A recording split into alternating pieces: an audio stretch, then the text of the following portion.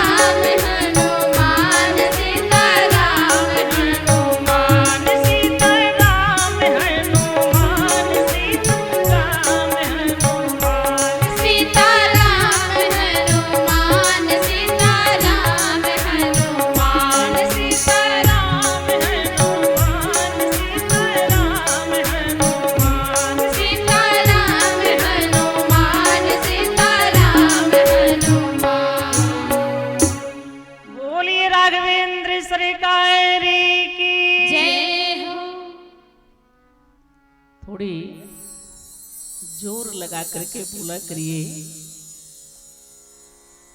आप लोग फायदे में रहेंगे, घाटे में नहीं, क्योंकि भजन के साथ भोजन का भी इंतजाम किया गया है।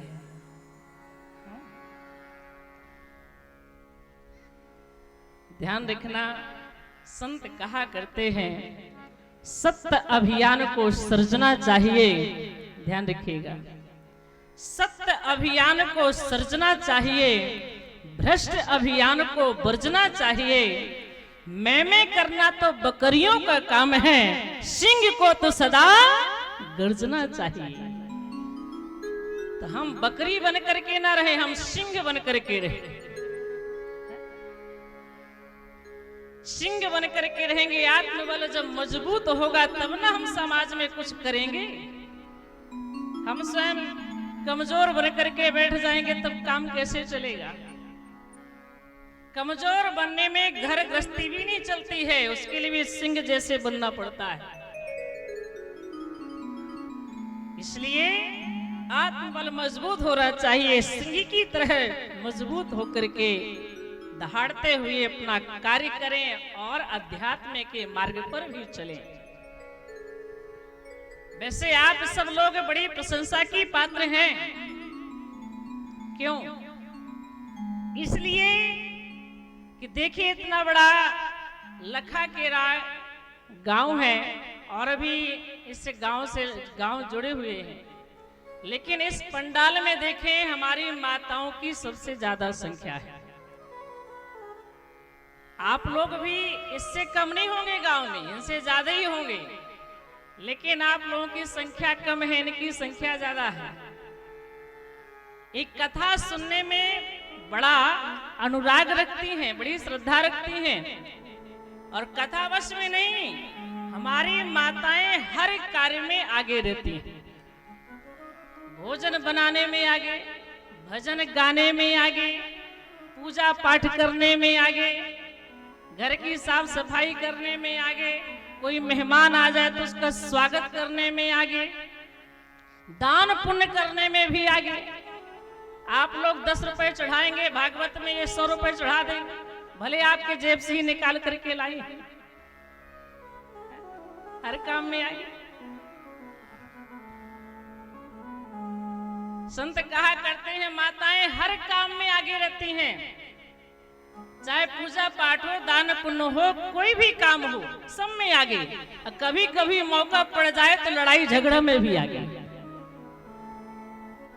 आप जरा साइड हो जाइए, इनसे तो हम ही निपट लेंगे, हम ही पर्याप्त है कि नहीं?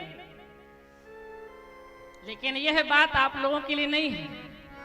लड़ाई झगड़ा में आगे वाली जो बात है ये आप लोगों के लिए बिल्कुल नहीं है। किंतु कल से कतई सुनने नहीं आएंगे। कम से कम शोभा बनी है, आप लोग विराजमान है, कल से नहीं आएंगे कि भैया हमको ऐसे मंच से कहा जा रहा है चलो घर में रहें, काम बिगड़ जाएगा। यह बात आप लोगों के लिए नहीं है, यह तो हमारे चित्रकूट में रहने वाली माताओं के लिए है, जो चित्रकूट धाम के अगल बगल में रहते हैं, उन माताओं की बात है। आप तो बहुत अच्छी हैं जो भगवान की कथा में आकर के बैठी हैं, सुन रही हैं। तो ध्यान रखिएगा, कथा में आए, कथा में बैठे और इतना प्रयास करेंगे कथा भी हमारे ऊपर बैठे। ऐसा नहीं कि हम बस कथा में बैठे, कथा भी हमारे ऊपर बैठे तभी हमारा कल्याण है। ऐसा नहीं कि इस कान से सुने इससे निकाल दें, पल्ला झड़ाते चले जाएं। श्री रामचरितमानस की जो कथा है उसमें जीवन कैसे जीना चाहिए यह सब बताया गया है। माता पिता का कर्तव्य क्या है, पति पत्नी का कर्तव्य क्या है, भाई भाई का कर्तव्य क्या है, कैसे रहना चाहिए, पड़ोसी के साथ कैसा व्यवहार होना चाहिए, समाज की सेवा कैसे करनी है, धर्म के मार्ग पर कैसे चलना है, अधर्म को कैसे मिटाना है, सत्य की रक्षा कैसे करनी, असत्य को कैसे मिटाना, इत्यादि जो है सब बातें श्री रामचरितमानस में हैं। संत महात्मा गाया करते हैं, जो रामचरित मानस को अपने इस मानस में रखता है, क्योंकि ये हमारा शरीर भी मानस है, जो रामचरित मानस को इस मानस में रखता है, उसका मानस मानस मन को भी कहते हैं, उसका मन सुधर जाता है। संतों का भाव है कि बने मानस हो बने मानस चाहते जो मानस में नित्य मानस राखे, भावे नहीं कविताते ही और जो तुलसी की सुधा धूरी चाखे। सारे की बातें सुनो धरी ध्यान, ये राम गुलाम या सत्य ना भागे। एक दिन मिल जई है राम जो मानस माही लगी रही आगे। एक दिन मिल जई है राम जो मानस माही लगी रही आगे। एक दिना मिल जई है राम जो मानस माही लगी रही आंखें। ऐसे शास्त्रों का हम अगर चिंतन करते रहेंगे तो एक दिन परमात्मा का साक्षात्कार जरूर होगा। ऐसा नहीं कि कलयुग में भगवान नहीं मिलते हैं। इसी कलयुग में तुलसीदास जी को चित्रकूट के घाट में राम जी का दर्शन हुआ। इसी कलयुग में मीराबाई को भगवान कृष्ण का दर्शन हुआ। सूरदास जी के नेत्र नहीं हैं, फिर भी भगवान का दर्शन उनको हुआ। हमारी श्रद्धा अगर सात्विक है, हमारा विश्वास अटल है, तो परमात्मा आज भी है। उसे देखने के लिए बस हमें सुंदर आंखों की आवश्यकता है, निश्चल श्रद्धा की आवश्यकता है। वह परमात्मा आज भी नजर आता है। किसी ने कबीरदास जी से कहा तो हमें भगवान क्यों नहीं दिखता है? कबीरदास जी कहते हैं, जिन आँखन से बाको लखे सो तो गई है मुदाए, कैसे राम रूप लख जाए। जिन आंखों से परमात्मा दिखाई पड़ता है वो हमारी आंखें मुंदी हुई हैं, छिपी हुई हैं, दिखाई नहीं पड़ रही हैं। और ये राग द्वेष से भरे हुए नेत्रों से उस सच्चिदानंद का दर्शन कैसे हो सकता है? अपने विकारों को पहले हटाइए, माया के पर्दा को हटाइए, तब परमात्मा का दर्शन होगा। आज भी भगवान हरि व्यापक सर्वत्र समाना, प्रेम ते प्रकट हो ही में जाना। परमात्मा तो कण-कण में व्याप्त है। जहाँ अनुराग है, जहाँ प्रेम है, जहाँ सच्ची श्रद्धा है, सच्चा विश्वास है, वहीं भगवान प्रकट हो जाते हैं। भगवान को क्या चाहिए? पूछा गया कि भगवान को क्या चाहिए? हमारा घर द्वार चाहिए, धन संपत्ति चाहिए, बैंक बैलेंस चाहिए, हमारी विद्वता चाहिए, हम जीव की सुंदरता चाहिए, अच्छा अच्छा मिष्ठान चाहिए, अच्छे वस्त्र चाहिए। भगवान को क्या चाहिए आप बताइए? तो गोस्वामी जी महाराज कहते हैं कि राम ही केवल प्रेम प्यारा, राम ही केवल प्रेम प्यारा, राम ही केवल प्रेम प्यारा, राम ही केवल प्रेम प्यारा, राम ही केवल प्रेम प्यारा, राम ही केवल प्रेम प्यारा। जाने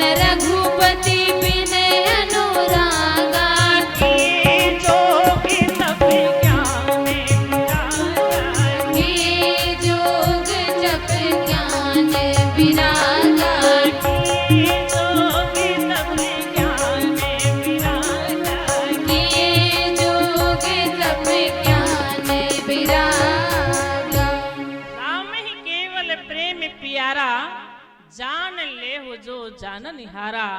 भगवान को केवल प्रेम चाहिए और कुछ नहीं, बस प्रेम भगवान से करो, भगवान आपके सामने प्रकट हो जाएंगे। और ध्यान रखिएगा, यह प्रेम की आवश्यकता केवल भगवान को नहीं है, हम अपने मानव जीवन में सामान्य दृष्टि से अगर देखें तो हम आपको सामान्य जीवन जीने के लिए भी प्रेम की आवश्यकता है। पति पत्नी में प्रेम ना हो तो बताइए क्या होगा? माताएं जानती हैं,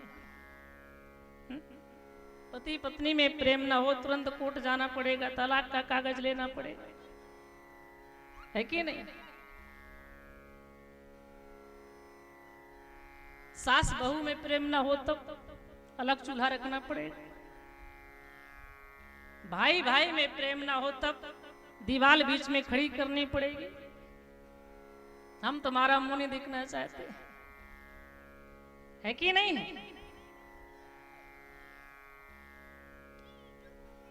जब हम आपको सामान्य जीवन जीने के लिए, ज्यादा दिन का जीवन नहीं मिला है, मनुष्य की उम्र 100 वर्ष है।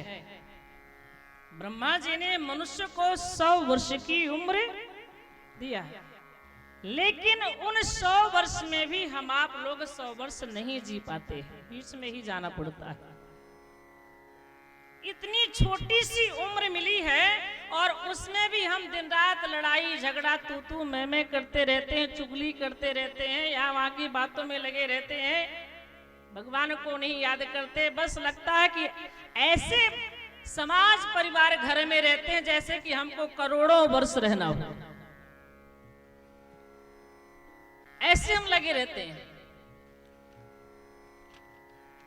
एक बार लोमस ऋषि से कहा गया, लोमस ऋषि थे बहुत बड़े तपस्वी ज्ञानी, सुमेरु पर्वत पर बट वृक्ष के नीचे रहते थे।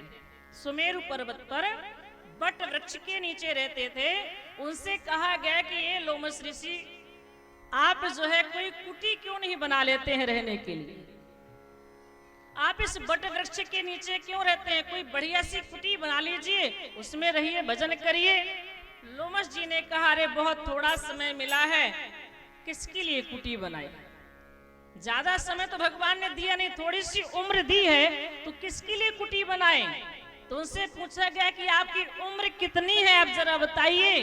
तो लोमस ऋषि ने कहा, जब ये चारों युग बीत जाते हैं, ध्यान रखिए, सतयुग, त्रेता, द्वापर, कलयुग, ये चारों युग जब बीत जाते हैं तब मेरे शरीर का एक बाल गिरता है। इसी तरह जब मेरे शरीर के पूरे बाल गिर जाएंगे तब मेरी मृत्यु होगी। इतनी उम्र मुझे मिली है। चारों युग बीतने के बाद एक उनका रोमा टूटता है, और जब पूरे शरीर के रोमा टूट जाएंगे तब जो है उनकी मृत्यु होगी। इतनी मुझे उम्र मिली है। अब आप जरा कल्पना करिए कि चारों युग बीतने के बाद एक बाल गिरता है और कितने शरीर में बाल हैं, जब ये गिर जाएंगे तब मेरी मृत्यु होगी। इतनी उम्र मिलने के बाद भी वो महात्मा जी कहते हैं बहुत छोटी उम्र मिली है। किसके लिए हम कुटिया बनाएं, किसके लिए घर बनाएं? और हम आप लोग इस 60-70 वर्ष रहना, इसके लिए बड़े बड़े महल बनाते रहते हैं, ये बन जाए, वो बन जाए, बैंक बैलेंस हो जाए, बढ़िया गाड़ी आ जाए, इत्यादि में लगे रहते हैं, भगवान को भूले रहते हैं। और परमात्मा ने हमें क्यों भेजा यहाँ पर? भगवान ने हम आपको यहाँ संसार में जो भेजा है, तो परमात्मा ने इसलिए नहीं भेजा कि दिन रात हम इस परिवार में, समाज में लगे रहें, घर गृहस्थी में लगे रहें, लड़ाई झगड़ा करते रहें, चुगली करते रहें। इसके लिए नहीं भगवान ने भेजा है। भगवान ने साधना करने के लिए भेजा है। साधन धाम में मोक्ष कर द्वारा, पाए न जे परलोक समारा। आप लोगों को, हम लोगों को भगवान ने साधना करने के लिए भेजा है, ताकि आप पुनः संसार में ना जाएं, क्योंकि जन्म और मृत्यु के समय बहुत कष्ट होता है। अब इसका मतलब ये नहीं है कि आप लोग घर गृहस्थी में न रहें, घर गृहस्थी में रहें, उसके बाद भी भगवान को थोड़ा सा समय दें। ध्यान रखिएगा, मीराबाई ने परिवार के बीच में रह करके भगवान को प्राप्त किया है। कितनी ऐसे भक्त हैं कि परिवार के बीच में रह करके परमात्मा का साक्षात्कार करते हैं। परिवार में रहकर भगवान का भजन करें, ये बहुत बड़ी बात है। जंगल में जाकर भजन करना सहज है, परिवार के बीच में भजन करना बहुत कठिन है। आप सब लोग जानते हैं कुशल ड्राइवर कब माना जाता है? जो बीच भीड़ से गाड़ी को कुशल निकाल करके ले जाता है तो कहा जाता है कि हाँ ये ड्राइवर बढ़िया है, ये कुशल है। बाईपास से तो कोई भी निकाल सकता है ना? तो समाज परिवार में रह करके, घर गृहस्थी के बीच में रह करके परमात्मा का भजन करना, आध्यात्मिक जीवन जीना ये बहुत कठिन है और यही हम आपको करना चाहिए और परमात्मा से जुड़े रहना चाहिए, यही जीवन का सार है। कल मैंने आपके सामने एक प्रसंग कहा। भगवान श्री राघवेंद्र सरकार मनुष्य बनकर के धरा पर आए। जितने देवता थे सब बंदर, भालू इत्यादि बनकर के भगवान की लीला में सम्मिलित होने के लिए आते हैं और इसके बाद भगवान का दर्शन करके, उनकी लीला का दर्शन करके अपने जीवन को कृतार्थ करते हैं। तो प्रभु श्री राम जब वन लीला करते हैं तो वन लीला में भगवान श्री राम जी अपने भक्त हनुमान से मिलते हैं। हनुमान जी भी कोई साधारण नहीं है। मैंने आपसे कल निवेदन किया था कि श्री हनुमान जी महाराज भगवान शंकर के अवतारे हैं कि जेहि शरीर रति राम सो सोई याद रही सुजान और रुद्र देह तजने बसे बानर वे हनुमान। भगवान शंकर ही बंदर बन करके आए और भक्त और भगवान की भेंट किष्किंधा में होती है।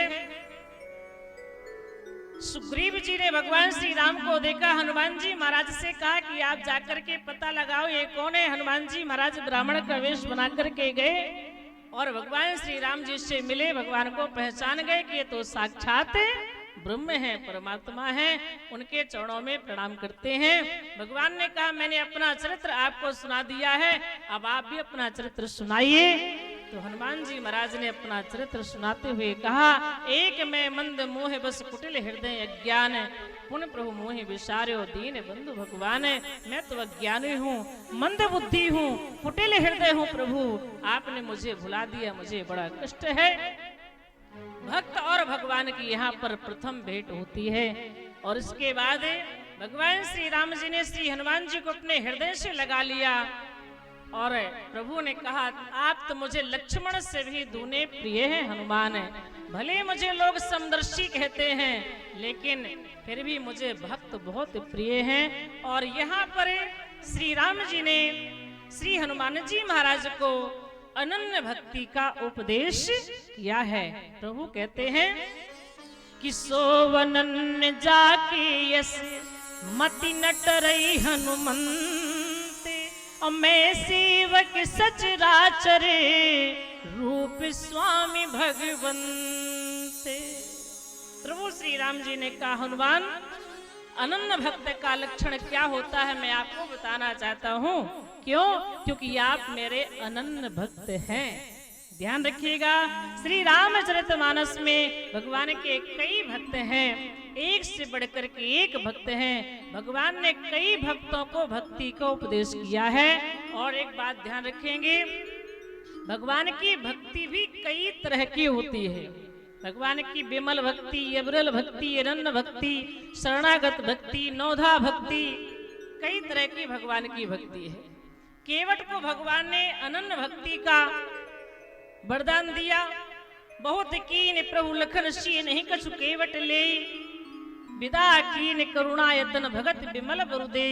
केवट को विमल भक्ति का वरदान भगवान ने दिया। जटायु जी को अविरल भक्ति का वरदान भगवान ने दिया। अविरल भगत मांग बर गीत गयो हरिधाम अब की क्रिया जथोचित निज कर कीन्हे राम।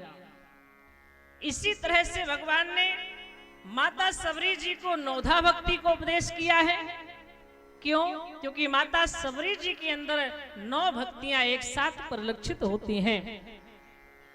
जब भगवान श्री राम के सामने माता सबरी जी बड़ी दीनहीन होकर के खड़ी हो जाती हैं, तब भगवान ने कहा कि आप अपनी दीनता प्रकट मत करिए। पान जोर आगे भई ठाड़ी, प्रवहि बिलोक प्रीत अति बाढ़ी। भगवान को देख करके उनके अंतःकरण में बहुत ही दिव्य प्रीति उत्पन्न हुई, शरीर पुलकित हो गया। माता सबरी जी दोनों हाथ जोड़ करके भगवान से कहती हैं कि ही विधि स्तुति करो तुम्हारी, अधम जात में जड़मति भारी। अधम ति अधम अधम अति नारी, अतिन मह मैं मति मंद अघारी। मैं तो अधम जाति की हूँ, अधम बुद्धि की हूँ, अधम नारी हूँ, इसलिए मैं आपका ध्यान नहीं कर सकती, आपको प्राप्त नहीं कर सकती हूँ। तब यहाँ भगवान श्री राम जी 10 वस्तुओं का खंडन करते हैं। जाति पाति कुल धर्म बढ़ाई, धन बल परिजन गुण चतुराई। इन 10 वस्तुओं के माध्यम से मैं किसी से नाता नहीं जोड़ता हूँ। भगवान कहते हैं मैं नहीं देखता कि यह व्यक्ति कौन सी जाति का है, इसकी कौन सी पाती है, यह कितना धनी है, कितना ज्ञानी है, कितना बुद्धिमान है, कितना सुंदर है, कितना इसका परिवार है, कितना बलशाली है। मैं ये सब नहीं देखता हूँ। अगर मैं जाति से मिलता होता माता सबरी तो मैं शूर्पणखा को मिल जाता। शूर्पणखा का जन्म ब्राह्मण कुल में होता है, मैं रावण को मिल जाता। रावण का जन्म ब्राह्मण कुल में होता है, लेकिन मैं उन्हें प्राप्त नहीं हुआ। मैं जाति से नहीं मिलता हूँ, मैं किसी को विद्वता से नहीं मिलता हूँ, किसी को धन से नहीं मिलता हूँ। भगवान कहते हैं मैं इन 10 वस्तुओं से किसी से नाता नहीं जोड़ता। माता सबरी जी ने कहा तो फिर आप किसके माध्यम से मिल जाते हैं, आप जरा मुझे बताइए। तो भगवान ने कहा मैं तो बस यह देखता हूँ कि सामने वाले भक्त के अंतःकरण में मेरी भक्ति है कि नहीं। मानो एक भगति कर नाता, मैं एक भक्ति के नाते से जीव को स्वीकार कर लेता हूँ। ध्यान रखिए, ये जाति पाति धन संपत्ति विद्वता इत्यादि हम तुच्छ जीवे लगाते हैं, ईश्वर की दृष्टि में कोई भेदभाव नहीं है। वह माता सबरी को मिल जाते हैं, केवट को गले से लगा लेते हैं, निषाद को भगवान ने गले से लगाया, बंदर भालुओं को मित्र बनाया, गीधराज जटायु को पिता के समान सम्मान भगवान ने दिया है। मेरे जान तात कछु दिन जीजे, देखिए आप सुवन सेवा सुख, मुहि पितु को सुख दीजिए। भगवान की दृष्टि में कोई भेदभाव नहीं। जब हमारा परम पिता परमात्मा भेदभाव नहीं करता है तो हमको भी नहीं करना चाहिए। अगर हमारे अंदर भेदभाव है तो हम परमात्मा के भक्त नहीं हैं, परमात्मा को नहीं मानते। अगर हम उनको मानते हैं, उन पर विश्वास रखते हैं, तो जो उनका सिद्धांत है वह हमारा भी सिद्धांत होना चाहिए। हमें भगवान के बताए हुए मार्ग पर चलना चाहिए। माता सबरी जी को भगवान ने नवधा भक्ति को उपदेश दिया है, क्योंकि माता सबरी के अंदर 9 की 9 भक्तियां एक साथ विराजमान हैं। भगवान श्री राम जी कहते हैं कि प्रथम भगति संतन कर संगा, दूसर रति महि कथाय प्रसंगा। प्रथम भगति संतन कर संगा, दूसर रति महि कथाय प्रसंगा। भक्ति कहो तुहि पाहि, सावधान सुन नवधा भगति कहौं तहि पाहि, सावधान सुन धरु मन माहि। प्रथम भगति संतन कर संगा, दूसर रति महि कथाय प्रसंगा। प्रथम भगति संतन कर संगा, दूसर रति महि कथाय प्रसंगा। भगवान श्री राम जी माता सबरी को नौधा भक्ति को उपदेश करते हैं, क्योंकि सबरी के अंदर 9 की 9 भक्तियां एक साथ परिलक्षित हो रही हैं। मंत्र जाप मम दृढ़ विश्वासा, पंचम भजन सुवेद प्रकाशा, छठम शील व्रत बहु कर्मा, नृत निरंतर सज्जन धर्मा। सातम समूह में जग देखा, मोते अधिक संत कर लेखा। आठों जथा लाभ संतोषा, सपने उन्हें देखे प्रदोषा। नौम सरल सब सन छलहीना, मम भरोसे ही हर्ष न दीना। नौमह जिनकी एको होई, नारी पुरुष सचराचर कोई। सोई अति से प्रिय भामनी मोरे, सकल प्रकार भगत दृढ़ तोरे।